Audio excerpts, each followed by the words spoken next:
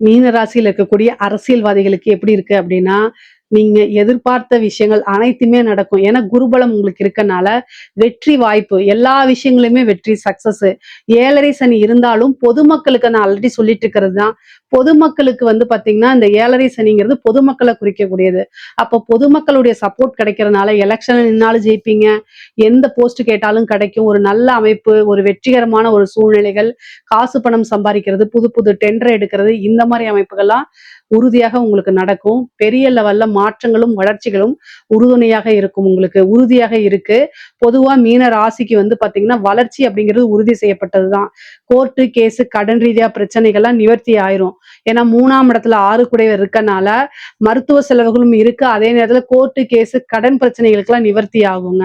வண்டி வாகனங்கள்ல போம்போது கவனமா இருக்கணும். மருத்துவ செலவு, ஒரு மருத்துவர கலந்து ஆலோசிச்சுட்டு ஒரு ட்ரீட்மெண்ட்டுக்கு போங்க. 7ஆம் இடத்த பார்க்கறதுனால அதுக்கு நிவர்த்தியும் உறுதியாக இருக்கு.